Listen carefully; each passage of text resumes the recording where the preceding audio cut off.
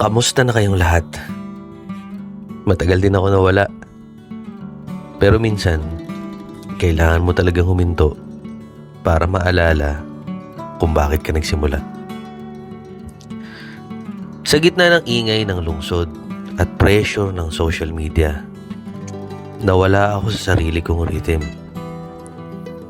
Para bang puro views, puro likes, pero walang tunay na kapayapaan, o sa English, genuine peace. Kaya ito ako ngayon. Bumalik sa basics.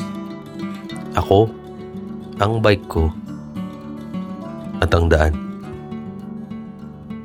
Habang umiikot ang gulong,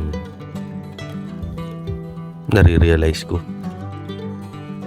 hindi ko kailangan maging sikat para maging totoo.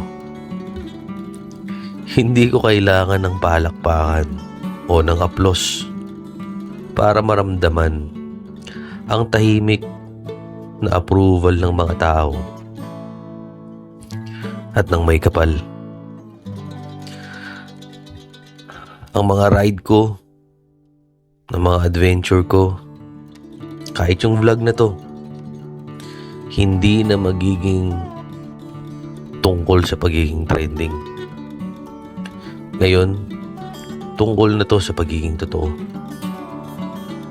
It's all about purpose over popularity. Yan na tayo mula ngayon. Kasi kahit gaano karaming manood, kung hindi ito totoo sa'yo, walang saysay. Isa yan sa mga natutunan ko. Laguna naman tayo. Dati Bulacan. At least I can take kakaibang exercise rather than just walking, basketball, jogging. At least meron tayo kakaiba naman. Para maiba naman, para di tayo magsawa mag-exercise kasi lumalaki na tayo. Kaya Laguna Gaming naman tayo ngayon. Kaya sa'yo, oo ikaw, salamat kung nandito ka pa din.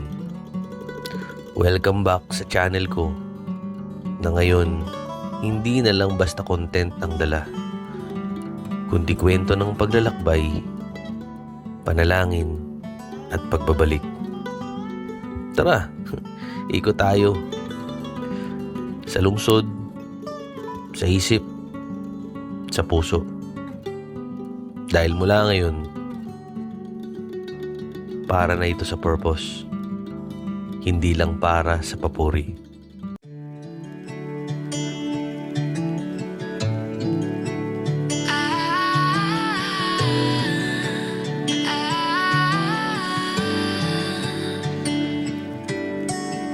Day breaks and I'm burned by the morning light. I make the same mistake more than twice. Same song, but brand new dance. I wear out my third second chance.